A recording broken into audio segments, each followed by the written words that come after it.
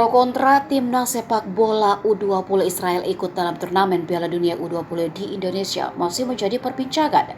Banyak pihak yang menyoroti hadirnya timnas Israel dalam turnamen sepak bola 2 tahunan yang bergulir pada 20 Mei sampai 11 Juni 2023 ini.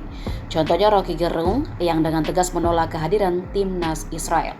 Dirinya menilai sosok yang mendukung kedatangan timnas Israel layak diduga sebagai pengkhianat konstitusi. Pernyataannya pun memicu beragam tanggapan dari masyarakat. Pro dan kontra dituliskan dalam kolom komentar postingannya. Pihak yang mendukung berbeda dengan Roky Gerung, PLT Ketua Aspro Provinsi Sulawesi Selatan Muhammad Suryam justru mempertanyakan ke pihak yang menentang kehadiran timnas Israel. Menurutnya, Indonesia sebagai tuan rumah tidak memiliki alasan yang kuat menolak Israel hadir di Piala Dunia U20. Suryam menambahkan Indonesia sebenarnya harus siap menerima konsekuensi apapun saat mengajukan diri sebagai tuan rumah Piala Dunia U20 sejak tahun 2017. Apalagi Israel lolos lewat jalur kualifikasi yang digelar oleh FIFA dan disetujui oleh para anggotanya. Suryam khawatir menolak kehadiran Israel di Piala Dunia U20 2023 akan menerima hukuman dari FIFA.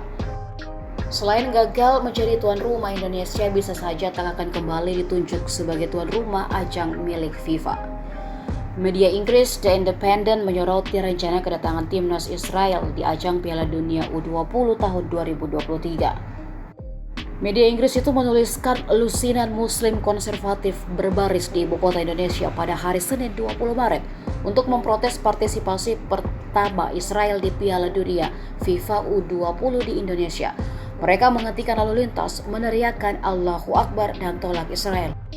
Seperti diketahui, Indonesia akan menjadi tuan rumah Piala Dunia U20 2023. Turnamen sepak bola 2 tahunan ini rencananya akan mulai bergulir pada 20 Mei hingga 11 Juni 2023.